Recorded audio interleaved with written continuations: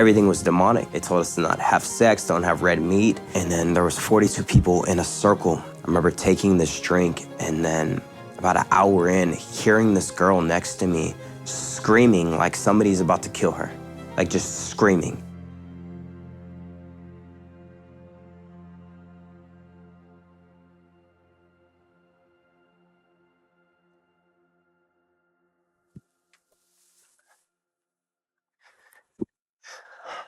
My name is Nick. I grew up in Northern California and I currently live in Sacramento. I grew up in a really good household. I didn't have any family issues. Parents didn't divorce, no turmoil growing up. 1 out of 4 children, and I was the youngest. But one thing, we didn't grow up in a Christian family. My parents, growing up, they specifically told us that since they didn't know the truth, that they weren't going to put that on us. You know, they couldn't tell us anything that they didn't know. And so for me growing up, that gave me the freedom to, I guess you could say, just be rebellious. But growing up, really good family, loving parents, no turmoil in the household. And like any good household growing up, a lot of the times the kids were in sports. And so my focus growing up, I remember playing baseball. I remember just being in sports and just being a happy kid. You know, I never had issues, never had depression, never had any trauma happen to me at a young age, you know. So the ball was in my court, you know, from my perspective. And I remember just growing up being very focused on baseball. And up until about the age of 12, I was on a traveling team, really good. And just like a lot of children growing up, you think, hey, maybe I'll go pro one day. And then I remember when I was 12, after I had this traveling season, I hurt my shoulder. And then during that time, you know, you lose your focus, right? It's like, what's next? And I remember always being really mischievous, you know, but in a different way, right? I was really good at school. But I remember just thinking outside the box on how can I get away with things and not get caught. And that's what I did. So when baseball was over, I remember smoking weed for the first time. I think I was in 6th grade. And I remember from there, you know, finding out, you know, who sold weed in my neighborhood.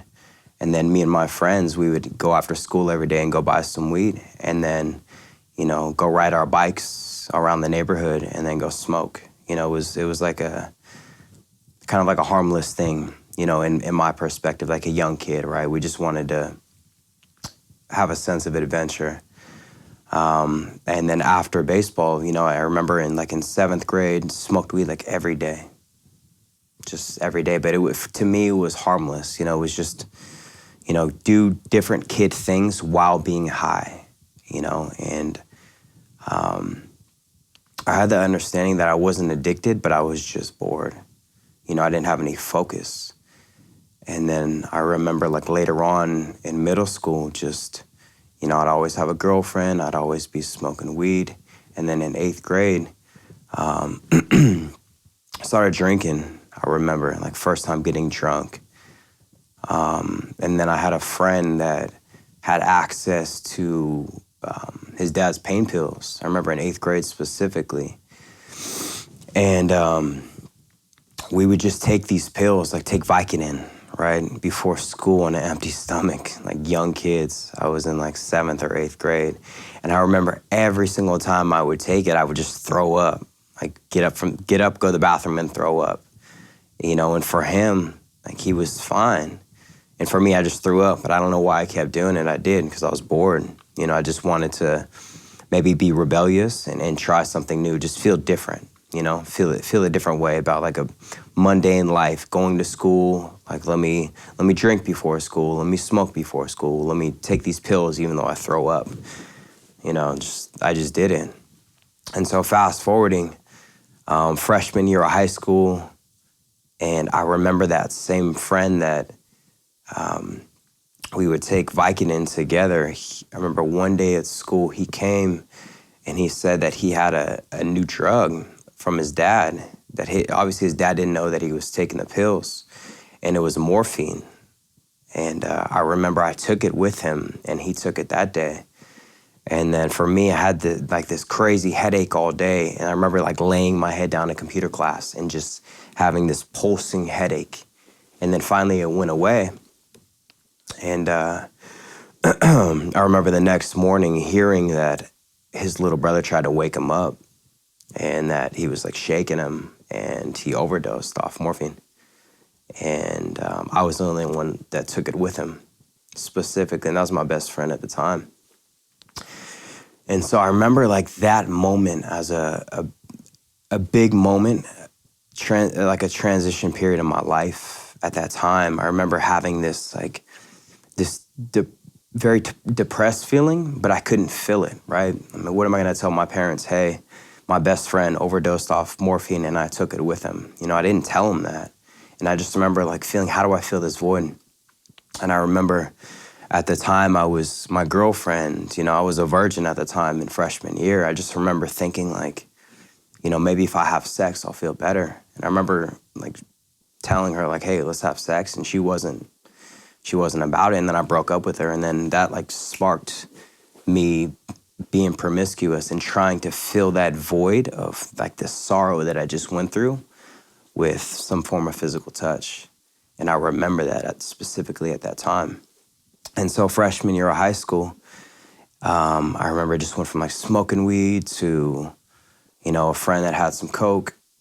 And I think before coke, I tried ecstasy.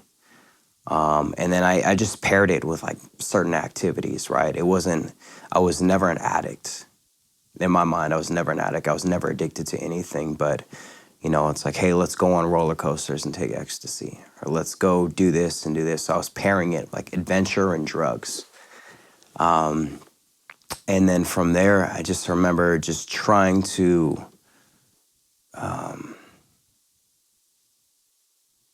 just like wanting to live an adventurous life, you know, like mischievous, adventurous, getting my driver's license, getting a car. And then from there, just having more access, right? To go to parties, meet up with girls, have sex. And it just continued for a couple years. And then I remember later, I got kicked out of school. And then I started hanging out with, I had a couple best friends. And I remember on the weekends, we'd skip town. And the areas that we'd go to weren't always the best areas. And I remember hanging around like their cousins and going to parties out there. And it was just dangerous, you know, really, really dangerous. I remember people getting shot at, people getting shot. And for me, I just wanted to have that adventure. And I always liked to take risks as a kid. It was just something that was inside of me. And so it was crazy, man. I remember specifically at this time, I started listening to rap music and going out to these areas that were dangerous. And like even after like hearing this music, I felt like I had to protect myself. And I remember specifically, you know, planning with my friends, like we need to get some guns. And at that time, I remember, I'm not gonna go into details on it, but we used to come across a lot of guns. And I remember being known to have guns in high school after I was kicked out.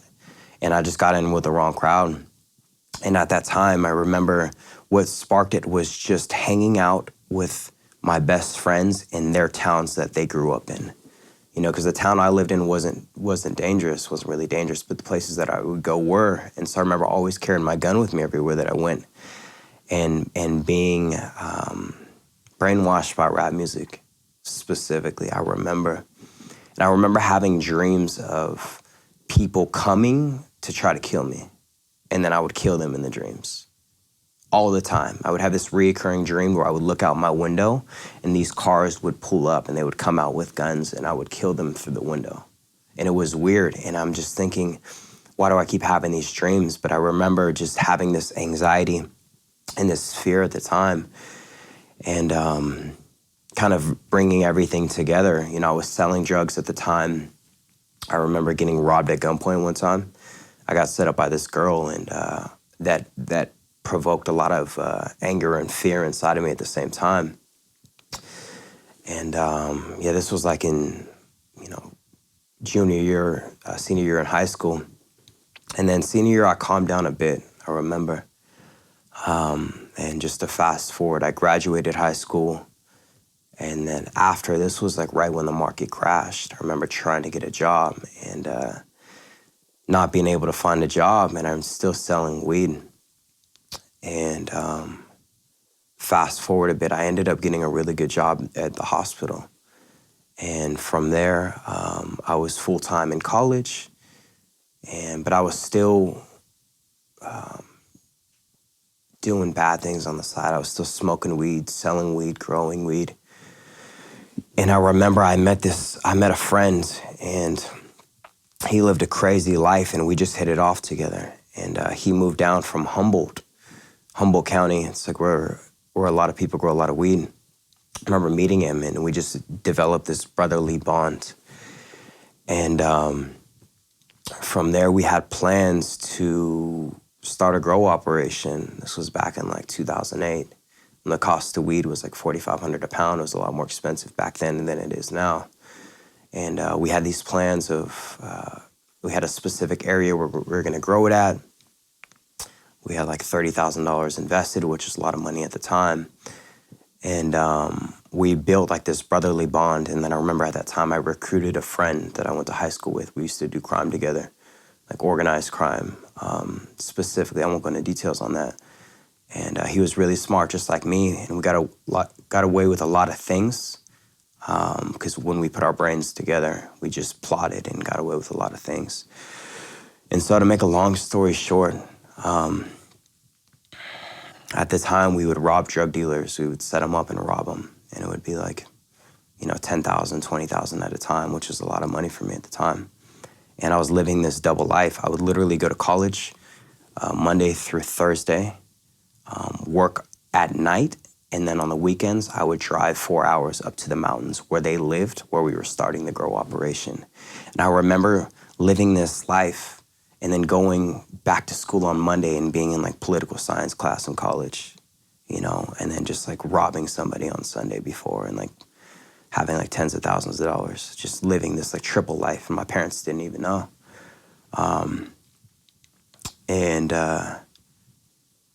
I remember that we built this brotherly bond, and at the time we said that as long as we never separated, that nothing would ever happen to us. And I remember we were planning this robbery, and I had to work and I had to go to school that week, and so I couldn't go up there.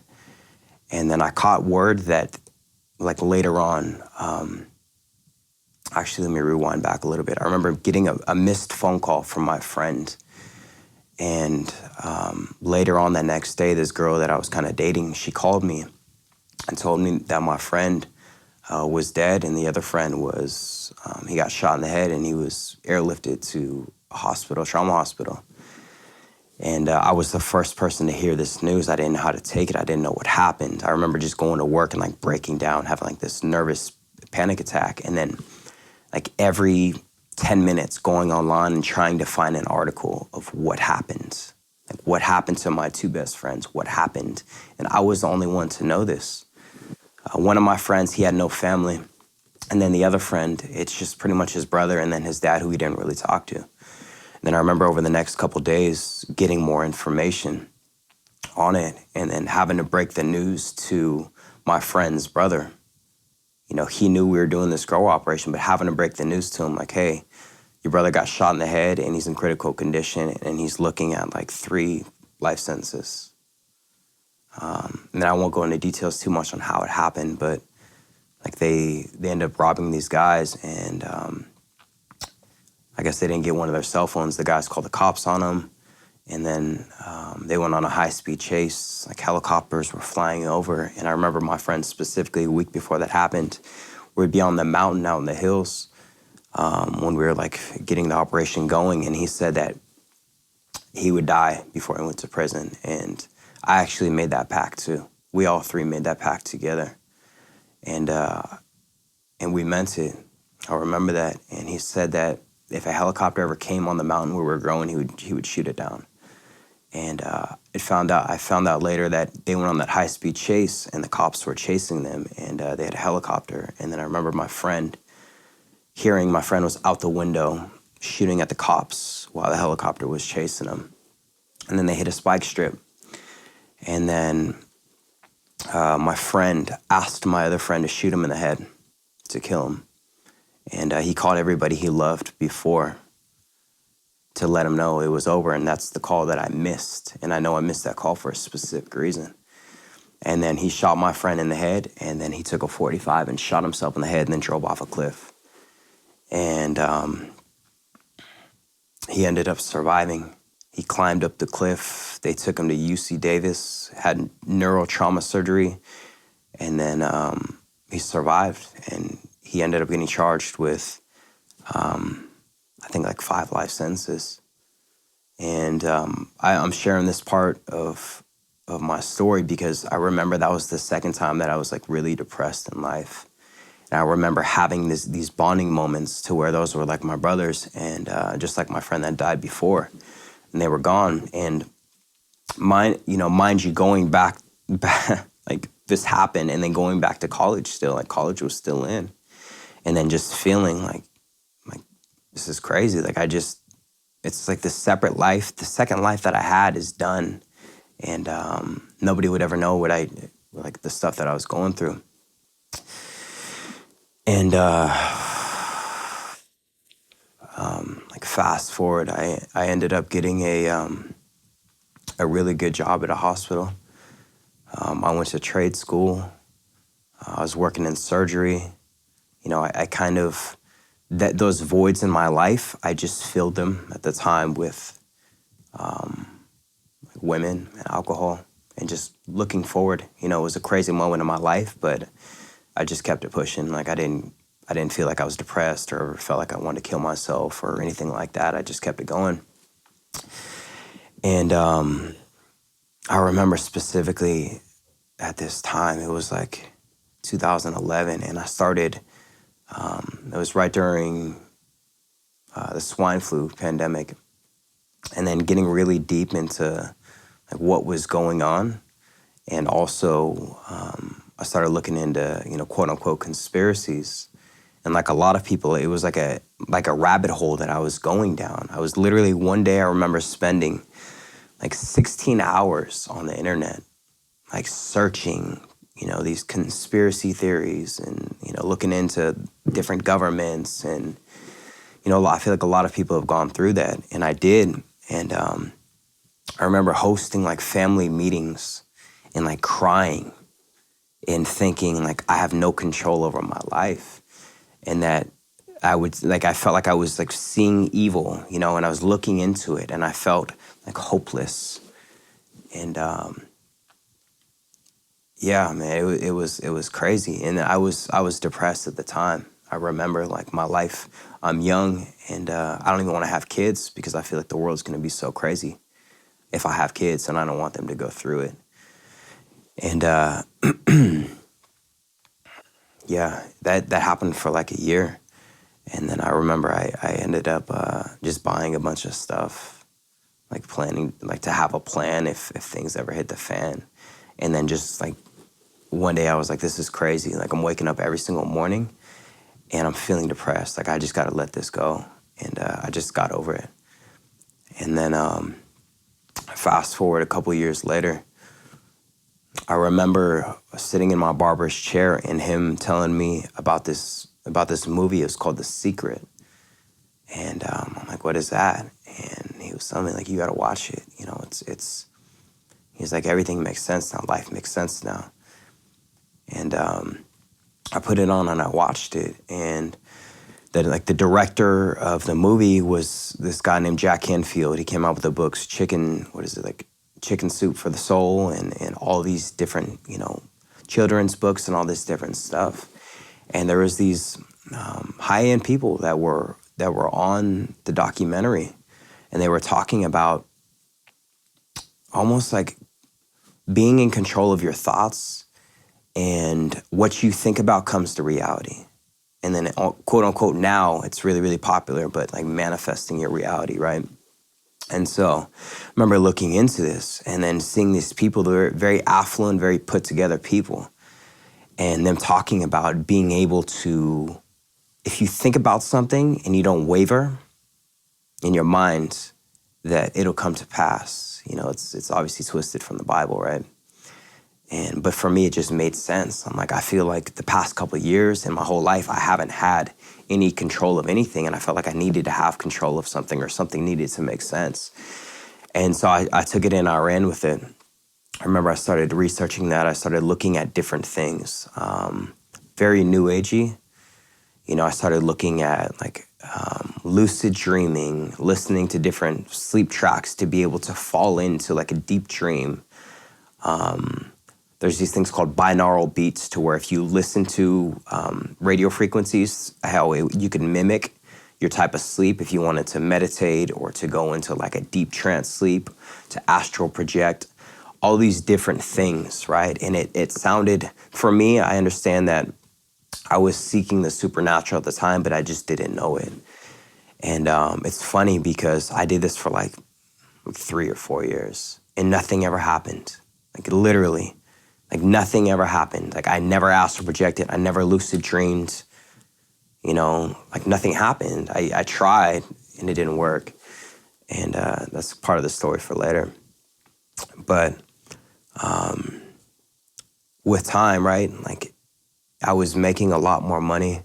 I was working at the hospital. I remember making like, 6 figures. I bought a house. I ended up moving, and I had like a bachelor pad going on. And I remember that chapter of my life, it was just, I kind of kicked back on the whole trying to manifest things because it never worked, and just kept partying. I remember, on the weekends partying. I had money, hooking up with girls, seducing women, just to try to like fill that void, to try to find love, but it was just disguised as lust. Because I was just seeking love. I understood, but I could never find it. So it just got counterfeited as lust. And I lived in my house for a year. And prior to that, though, I would have a group of friends. We'd always travel around. I remember going on a vacation to Thailand for like 3 weeks and just trying to think that, all right, I have some money now. I'm going to travel the world. I'm going to date like these beautiful women, and my life's just going to be more fulfilling. And then I noticed when that happens that I just felt the same way. Monday morning was the same. And, it was just like never ending, right? And so I remember dating a coworker at the hospital, and we were kind of dating on the under. She was actually my manager, and nobody knew. And then we connected really well, not just on a physical level, but on a like really, really good friends. And we came up with a plan to start a business and move to Las Vegas. Like a crazy plan. Like start a business, move to Vegas. We're looking at like different places to stay. Like, do I want to live in a single family home or a high rise, like not necessarily a penthouse, but a high rise condo off the strip. And so, our personalities, I was like really extravagant at the time, and so was she. And so we had this plan. We both literally quit the jobs at the hospital. I came up with this grand plan of where I was going. I think I lied to my coworkers so that they would know that we're going to be moving together. And to make a long story short, we moved to Vegas. We signed a 1-year lease for like a 1-year lease on a high-rise condo right off the strip. And it was like 2,200 square feet, Italian marble floor, just really, really nice. And I remember just getting excited. It was like a new chapter in my life, thinking, okay. And still kind of holding on to that, trying to manifest money. It was so stupid. It never worked, right? I noticed every single time that I would come up with these plans, not to get sidetracked, but I remember like a year before that, I came up with an idea to start a mobile app. And I paid like a design company in India like 25, 30,000 bucks to do it. And it was the stupidest idea ever. And I just like let it flop. I'm like, this is dumb. I don't know why I didn't think it through. But I just thought that was my golden ticket from trying to like manifest all this different stuff. And I remember going out to Vegas and it was like the same thing, you know. And I'm not going to talk about specifically the type of business that we did. But I mean, it was kind of fast money, but you had to have a plan to come up with it. For it was like different treatments. It was like a med spa. And I remember we bought a piece of equipment that was like 70,000 bucks, and we went all in on it. But we just didn't have a business plan, didn't have a game plan, nothing. And so what that turned out is I literally didn't work for like 6 months. Partied, just ate really good food, traveled. I remember going to bachelor parties. Friends would hit me up, and I would be gone from like Thursday until Sunday, like 4 days, just partying. And eating, I mean, it was like the last hurrah of everything that I did before in life, but just concentrated. And I remember I had to go back to work after like 7 months and going and working at a hospital again. And I was like, man, I thought I got away from this, but I needed money. And after my lease was about to be up, I took a travel assignment up in Oregon because I rented out my house in Sacramento and I couldn't go back to it because my tenants were still there. So I moved up to Oregon for 3 months, and it was crazy because I remember I lived in the basement of an Airbnb on like a farm, and I knew nobody out there. It was like right outside of Portland. And it was like a timeout. You know, it was like God putting me on a timeout. You know, it's like you literally like blew all your money. You know, it's like the prodigal son. You lived in this high rise. You're hanging out with, you know, strippers and just a crazy life, right? And I was like disgusted in myself. And now I'm over here, paycheck to paycheck, living in the basement of an Airbnb on like a farm. Like I know nobody. Like high rise suite, you know, a basement of a barn. This is so stupid, right? And I remember just grounding out there, just being like, what am I doing? Like, what's the purpose of my life? What am I doing? And I remember I took some mushrooms, and I remember taking mushrooms when I was like 15, and I had like this crazy reflective period of life when I took them when I was 15. Like every single time I would take these psychedelics, I would go through this analytical aspect of my life just to think like, this is going wrong. You know, how do I fix this? It was crazy. And I remember thinking like, maybe if I take mushrooms, then I'll be able to get some answers in my life. And when my travel assignment was done in Oregon, that same weekend, my tenant said, hey, sorry for the late notice. We have to move out of your house. And it was perfect. The 3 months were done, and I moved right back into my house in Sacramento. I remember going there. I had like no furniture at the time, and finding some mushrooms. I remember taking mushrooms, and I just had this crazy like reflective experience to where I was super humbled, and it was like this chapter of my life to where I was very lowly and humbled, not depressed, but I was just trying to dive deeper into the spiritual realm just to understand like the meaning of life. So I moved back to Sacramento, and I remember taking mushrooms and just was really grounded, and ended up working back at a hospital, and was just, but I remember this specific time I was like paycheck to paycheck, literally borrowing money from a friend and paying my mortgage on like the 29th before it was late. And I'm like, this is crazy, man. Like I had all this money and I just blew it away. And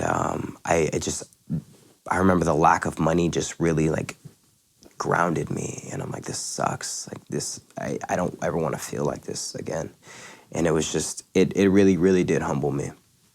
And being out in Vegas was like the midlife crisis, if you will. And so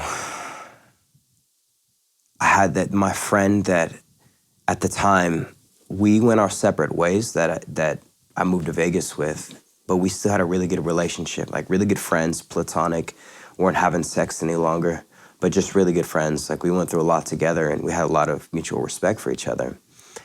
And I forgot to mention this part of the story. When we were out in Vegas, she had a friend that took her to a retreat in the desert, and she went and did ayahuasca. And this particular friend, she had a lot of trauma when she was a kid, sexual trauma. She actually grew up in a church that was a cult, and it was like a known cult. There's a documentary on HBO. I can't remember the name of it, but it was like a known cult. And really, really weird stuff that went on. And she grew up like wanting to seek Jesus, and she ran away because she was stuck in a cult. And there was like sexual trauma, a lot of different things, right? And so one of her friends told her, hey, come out to this retreat in the desert, and you'll be able to get healing from everything that you went through. And I remember hearing her, she went out to this retreat, and she went there, and she had like a spirit guide, super demonic, right? She ended up meeting up with her dad, who died that year, and she never knew her dad growing up. And she told me that like he was just holding her and like telling her that he loved her, and it was like the most beautiful experience that she ever had. And when she got back, she said she just felt at peace.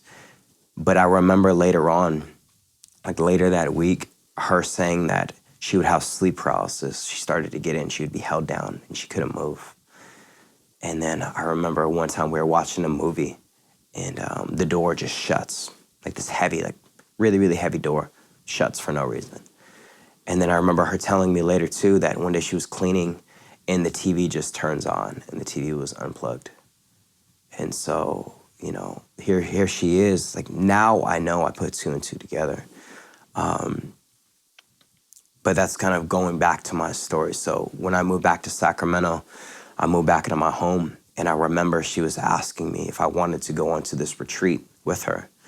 And I paid like 9 months in advance, I remember. And I was excited about it. I was researching like testimonies from ayahuasca, what people went through, you know, hearing about it on Joe Rogan, celebrities, all this different stuff. And, you know, I understand it's like the strongest hallucinogen. And I'm like, I just want to do it. Maybe I'll get an answer to life. And so right at this time in life, I remember I met this girl, and she was like the most beautiful girl that I ever dated, right? And she grew up in a Christian family, and she was backsliding. I remember her telling me stories about growing up in this Christian family, but being super broken, and there was a lot of hypocrisy in the family, and there's a lot of trauma that happened to her. I'm not going to get any details on it as a kid. And, you know, at the time I was broken. I just didn't really know how broken I was, and she was too, and we just hit it off. Right, it started out of lust, and we had like this bond, right? And I remember a couple months in, I was gonna go on this retreat, and I hadn't told her yet. And then like a week or two before, I told her, "Hey, I'm gonna go on this retreat." But I didn't tell her. I couldn't tell her that I was gonna go on it with this girl that I used to date, even though we're not having sex anymore. It wouldn't make sense, and I knew that if I told her that we would break up. And so I remember I lied, and I told her it was like a friend from Vegas, and she dropped me off at the airport one day on the way to that ayahuasca trip. And I remember I was trying to text my friend her boarding pass, and I texted it to my girlfriend at the time. Like name, boarding pass, everything. I sent it, and then I tried to turn my phone off. And I was like, oh, this is crazy. I hope it doesn't send. I turned my phone on, and I heard the noise, and it just sent. And I remember dropping to my knees in the airport, just thinking like, this one girl that I think I'm in love with, it's done. Like, it's over from this stupid mistake, you know? But I knew I couldn't even tell her the truth. And so I remember going, and I'm like, it's over. And I was just humbled. Like, it was crazy on how lowly I felt going into this retreat. And so I'm going to explain that a little bit. So it was a 3-day retreat, invite only, in the desert in Arizona. It was hosted by a doctor. It was to specifically do ayahuasca. They told us to fast before. They told us to not have sex, don't have red meat. I'm like, just this crazy stuff. I'm like, what am I getting myself into? But I was ready. I'm like, whatever happens, happens. I remember getting there, and we had this little orientation before, and they were talking about different dosages. And then just explaining like, hey, we're opening up the realm to the spiritual realm. Whatever happens, happens. And I remember hearing before that if you want light to come in, wear white clothes. If you want darkness to come, wear dark clothes. And I remember going to this little ceremony and then seeing like women wearing all black, guys wearing all black. And I understood now that those are like witches and warlocks summoning their demons. And mind you, before this, I bought like an all white sweatsuit that I wore both days. Just trying to, it was stupid, but I did it. And then I remember they passed around this candle and like the shaman said, say a wish and what you want, and then pass the candle after. And then for me, I was like, I just want clarity in the truth, not knowing what I was asking for. And so we drank this drink, and then there was 42 people in a circle, and they said, don't touch each other, because if you touch somebody, your spirit might go to theirs. And I was like, this is crazy. Like, what am I doing? But I was there, like, whatever happens, happens. I remember taking this drink, and then about an hour in, hearing this girl next to me screaming like somebody's about to kill her, like just screaming. And I didn't understand what was happening. And then after that, it was weird, like during this chaos, other people were screaming, people were throwing up. And then I just felt this, this feeling of like sensation of love, like liquid love just started dripping over my head. And I didn't know what was going on. And then I remember starting to hear like my conscious explaining things to me, but it was that deeper sense of knowing that I knew, the words that I wouldn't even say. And I remember seeing specifically, I saw my parents as children, and what I was being told was you couldn't expect your parents to raise you a specific way if they never were raised that way. Like they couldn't give you something that they were never given in their childhood. But I'm gonna use you and you're gonna lead by example. And then it's gonna go to the rest of your family. I'm gonna use you specifically and you're gonna lead by example with your parents. And then I remember having this feeling that my life was not a mistake, and that, like Paul says in the Bible, like feeling of like that I was predestined to be born. And I remember seeing like flashes of my life before as a kid. And then I saw my life 3 months before in like little pieces of a puzzle that I thought was a coincidence. And this knowing and these words of like, that was me the whole time. You weren't ready to know the truth until now. And remember when you were in the airport and you sent that message, that was me to humble you. Because if you walked in here prideful, then I would never be able to get to you right now. And it was crazy. I'm like, oh man, well, like, what is this? Like, what is this? Like, my life makes sense now. And I remember feeling this love for like 5 hours straight. And then the next day in the morning, we got a chance to share around in a circle of what happened to you the day before. And the girl next to me that was screaming, she said that she had an abortion when she was 15. And she had to hold her dead baby in the pits of hell in like utter darkness and blackness. And her dead baby was just staring at her. And she was just in torment and she freaked out. And then I remember looking around, people were sharing their stories. Everything was demonic. And for me, I was like this utter bliss. Like I was the only one that had a good experience in my mind. Everybody else was either quiet or they had a demonic experience. And so the next day I'm thinking, all right, now the demons are gonna come. Like I just got lucky that time. And it was the same thing. It was like edifying, more peace, more understanding.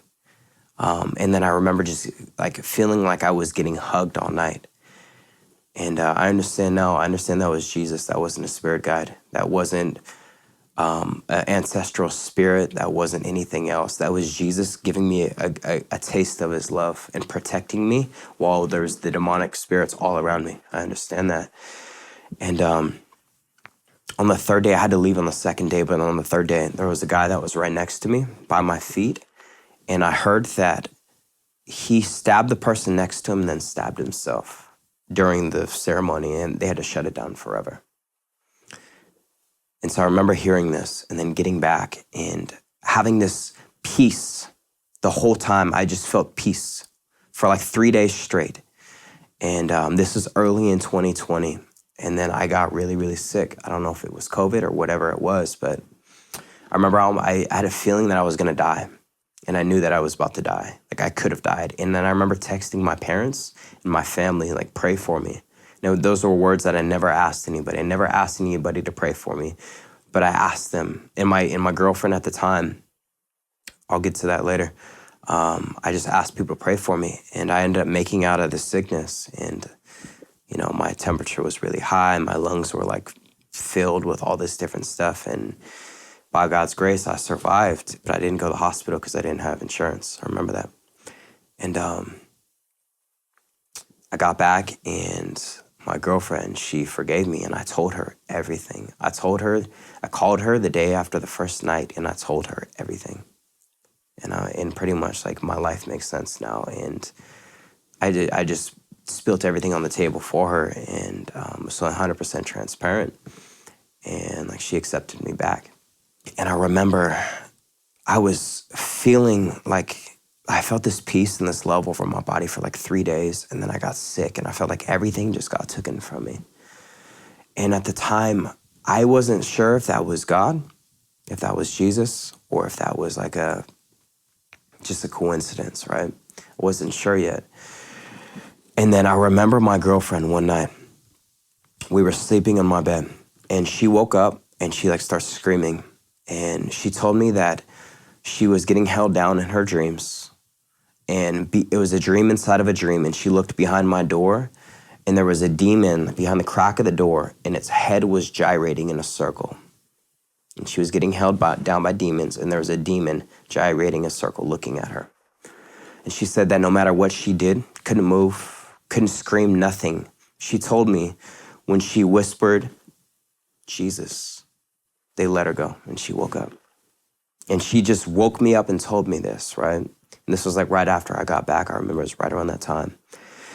And then how it was crazy to me, right? But I didn't not believe her. And that same day, she was like, have you ever heard of Deliverance? I was like, no, what's that? And so we looked on YouTube, and we typed in Deliverance. And I remember seeing TB Joshua in Africa, very theatrical, I thought at the time. It was like casting out a python spirit, and this person was like wiggling on the ground. And I'm like, I don't know what this is. I'm not saying I don't believe it, but I need to see more of this. It's kind of crazy. And then I remember seeing more, and I thought it was only in Africa.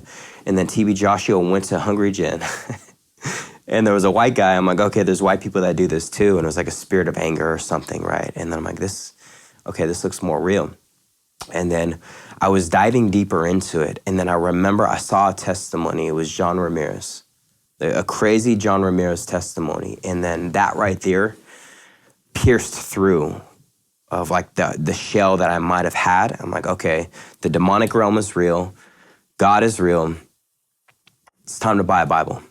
So I bought a Bible, and I remember going on this binge of watching testimony after testimony, near-death experiences, Muslim to Jesus, a Buddhist guy that tried to kill himself to Jesus, atheists that tried to kill themselves 3 times to Jesus.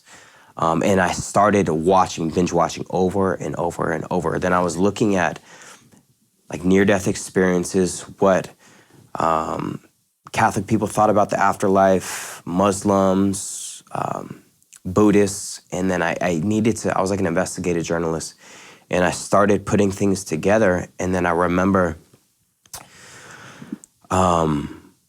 going to a Deliverance conference. We finally went out to a Deliverance conference, and looking around and going through the prayer line, receiving prayer, seeing my girlfriend at the time. She would just she was manifesting, and spirits were coming out of her, going around, and people were getting healed. Deliverance was happening. And I remember seeing like, okay, this is real. Like I didn't think that it wasn't real, but I needed to see it at first. And so I was building this pretty much case for Christianity, you can say. But it started with the supernatural. And then I remember one day we were renouncing together in like my downstairs closet, and she starts manifesting. And then I just started like praying, and these spirits were leaving. Spirits were talking back to me and leaving, talking back and leaving. And it was like 4 hours in our little prayer closet downstairs. And then that's like the first time the supernatural, like I saw God used me for deliverance. And it was crazy to me. And that right there, it was real.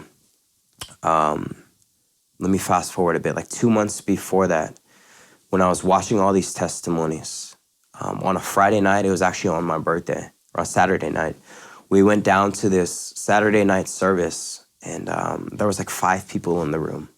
And I remember the pastor, it was like open mic, you can share, you can practice preaching.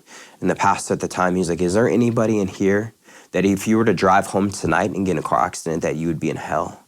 And I remember I just like raised my hand as high as I could.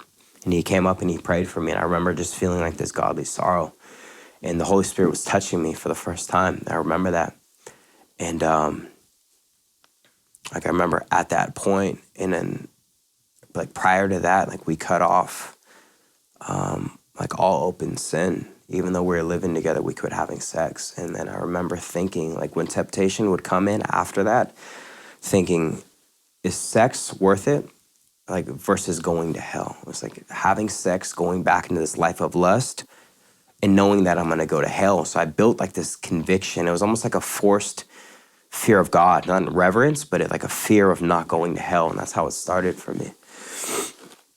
And so after this, like we got plugged into a really strong church, and you know, started building fellowship, and God started putting people into my life to be able to build me up and to start understanding things differently. And we had a conviction later she moved into my house before, but we started sleeping in separate rooms. And then we went into counseling because we were just butting heads, I remember. And they told us, like, why are you guys living together? You're like roommates. You're not having sex. You're living together. You're not married. What are you doing? And so they said, you guys should separate for like 21 days and see how things map out. And then I remember when we did that, I just felt this peace. And I knew God wanted this for both of us because we were living together. He wanted us to split. And I felt this peace. And then from there, at that moment, we decided to go our separate ways after that. But I remember that's when God started showing up more in my life. And I remember going to a home group one day, and we were worshiping and praying. And I remember people laid hands on me, and then I felt this like new zeal, this new fire. And that day at that home group, I remember praying for healing, and this woman got healed. And then I remember praying for deliverance for my friend's sister who came from Kentucky. And she had a spirit of death that was on her. And I remember praying for her, and she was manifesting. The spirit left. And right after we prayed for her, she said that she literally, I didn't understand what this meant. And nobody's ever told me this, and I never heard it before. But she said when I was praying that she saw Jesus like in the pupils of my eyes. And I was like, that's crazy. I've never heard that before. Didn't know what that meant. But like that happened. And then right after that, within like a month, I remember going places, and God would use me for deliverance. I remember like 15 deliverances in like a month. And like that's when everything started accelerating specifically. And so after all this started happening, so right around the time that I got baptized, I decided to lay everything down. You know, I hadn't got baptized before because, you know, we're still living together. Still drink every now and then, but not necessarily get drunk like red wine. And I just wasn't ready yet. You know, I knew that if I was going to lay down my life, I wanted to be all in. And I remember getting baptized a little over a year ago, actually. A little over a year ago. And then that's when the supernatural started happening. And then it was like a season of acceleration, I noticed. And deliverance, healing, a lot of different things within the past year specifically. And I want to touch on a point. My friend's sister that we prayed for at that home group that one day, she said she went back to Kentucky, and the Holy Spirit was waking her up in her dreams at night and waking her up first thing in the morning and saying, that kid Nick, she didn't even know my name at the time, I need you to get a hold of him and tell him that there's a covenant that he made with 2 guys. Maybe it was a gang or something, and he needs to break that covenant because there's a ceiling above his head right now, and he can't get past that ceiling unless he breaks his covenant. So she gets a hold of my number, and she calls me, and she's like, did you make a covenant with any men? And the Holy Spirit reminded me that I made a covenant with my friends in the mountains saying, and I think we might have done like a blood covenant, saying that we were going to stay together and that like we were pretty much going to go out, like that I was going to die before I served life in prison, and we all said the same thing, and it was like a pact, a vow, a covenant with the demonic realm. And I understood that later. And so the Holy Spirit was telling her to tell me this. And that same night, I remember I'm like, okay, I went up to my prayer closet and I renounced that. And then at the time, I made a list of like the women that I had sex with and even like friends, ungodly friendships growing up. And I went and I took like so much time and I went through the whole list. And I remember breaking off soul ties, forgiving them, and like visualizing each person, right? And specifically going through it, clean slate. And after this, that was like a breaking point, and noticed that things started happening more. And that was like the start of a new season. After I got baptized, after a lot of supernatural things started happening, deliverance, healings, I had the opportunity to join the healing and deliverance team at a local church that I go to, Flame of Fire. And they welcomed me with open arms. And I remember there was a specific night at a prayer night, and I had this boldness that came over me when we were praying. They asked, like, hey, you know, does anybody in the room need healing for anything? And I remember this girl raised her hand, and one of the brothers from church, he walked up to me before that happened, and he said he saw a vision of me, but he's like, do you have problems with your stomach? And I'm like, no, I'm good. And the girl that raised her hand for healing, she was having stomach issues. And I felt drawn to go and pray with her. And I remember we were praying for healing, but nothing was happening. And then she said her head started hurting. So I remember just the Holy Spirit was telling me, like, pray for deliverance right now. And I started praying for witchcraft, and she just starts manifesting, and it was crazy. And then one of the brothers there he's like one of the leaders when it comes to healing and deliverance ministry. He just stepped back, and I remember him just observing what was happening. And she ended up getting delivered that night. And he called me later on that week and invited me over for tea. And he encouraged me, and he asked me specifically if I wanted to shadow him, to be able to learn, not necessarily get in, start praying for people, just to be able to learn, because there was something there.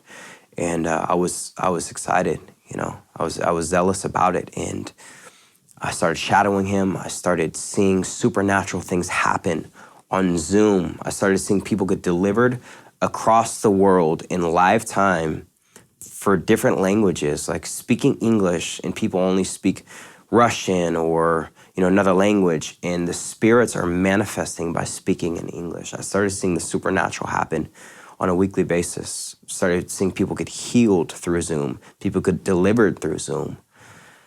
And that was the turning point. And so I started thinking, and the Holy Spirit started to remind me back of all the prophetic words that were released like in the past year and a half. And then I also reflected back on that ayahuasca experience. And I remember during that time, it took about a year thinking that couldn't have been God, or could it have been God? I wasn't edifying a spirit guide, no other spirits. But I remember reading the book of Romans and reading the letters from Paul, and then reading the word predestined. And then that hit my spirit so strong, predestined. And that was the feeling that I was feeling during that experience. Like if I can take that experience of when I did ayahuasca, it was almost like if there was one word, it was predestined. And then what I'm understanding now is that my whole life from the beginning is that God was chasing me down. I just didn't know it. And what I want to share is that I do not recommend any type of psychedelic, any hallucinogen, absolutely not. Knowing what I know now, I knew that if I were to open that door, because I remember having like a pound of mushrooms after, right? And I remember having like drugs around my house. And I remember thinking, if I cross this barrier and I take these drugs again, then the protection that God protected me the whole time I was doing all these crazy things, that protection is gonna get pulled, and that the enemy is gonna have his sights on me. Like, I understood that it was like really, really 100% life or death, that if I went back, that protection would lift. And I knew it. And this reverence that has been seated inside of me, to not be double-minded, to not ever live a lukewarm Christian life, to sway left and right, that it's very, very, like, for me, it's really, really serious, because God's grace on my whole life, the whole time, all the things that he did to protect me. I never broke a bone in my body. I had guns pointed at me. All these different times when I should have died, I could have died, I was protected. That was God the whole time. And when I'm understanding now about my life in this current chapter of my life, is that everything that happened was to develop me to be able to reach those people that can relate to my story. And I've seen it evident. I've seen it in even connecting with people, evangelizing, connecting with people and sharing my testimony, small pieces of it. They were able to relate to me and to understand and to see that I'm not lying, that I didn't grow up in a Christian family, that I wasn't indoctrinated by religion, that I literally had to understand the hard way and had to go down this long, curvy path to understand the truth. Would I regret it? I don't regret it. I really don't. Because God's going to use that, and he's going to use my story, and he's going to use what he set me aside for to further expand the kingdom. And what I'm understanding right now is the importance of preaching the gospel. And Mark, was it 15? Is it 16:15? Just talks about preaching the gospel to all creation, and that's not a suggestion. That's a demand for all of us, whether you're an evangelist, a prophet, whether you're new to faith, is to be able to preach the gospel to everybody to expand his kingdom. And that's what's been seeding on me really, really hard in this season to come. And I've almost have like this righteous anger towards darkness now, that I know not everybody has, that is like seated inside of me. And a lot of the words that were released over my life before, and the recent words, is that I'm going to be going into really, really dark areas to preach the gospel, to spread the gospel. And a year ago, I wouldn't be ready for that. And I know where he's taking me, that's what I'm going to be doing. And I thank God for his grace and his protection over my life all the times that I was away and astray, not knowing that I had a father who loved me from before I was born, and that I was predestined before the creation of the world. To understand this now, I have this new zeal. My life has purpose to it.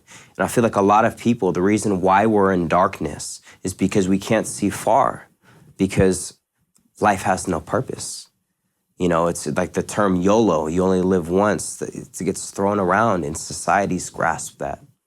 But what I tell people now is that you're predestined before the creation of the world, and that once you receive the Holy Spirit, God calls you a son, and he calls you an heir into his kingdom. And our job here on earth is to expand his kingdom, to preach the gospel to all creation, to spread the truth about Jesus and how he laid down his life for us. And that God made all things through him and for him. My life is no longer my life. And I understand this. And it's a reminder every single day to die to myself, die to my flesh, and walk the narrow path, because my life is not my life any longer. And his purpose for my life is greater than I can imagine. And we all have a calling. We all have a purpose. He wants us to use us in different ways. We just have to yield and come back to the understanding. And I believe that I'm just really, really excited for where he's pulling me in my life. And I'm ready to lay down everything. And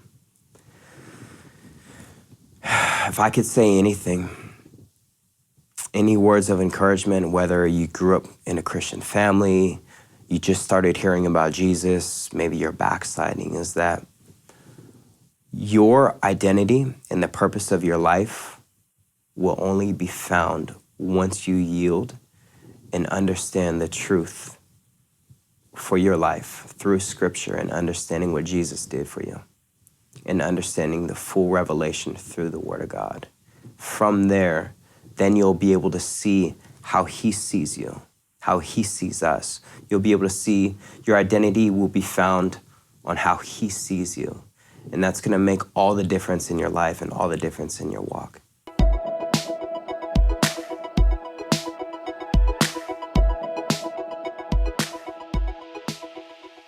My name is Nick, and this was my story for His glory.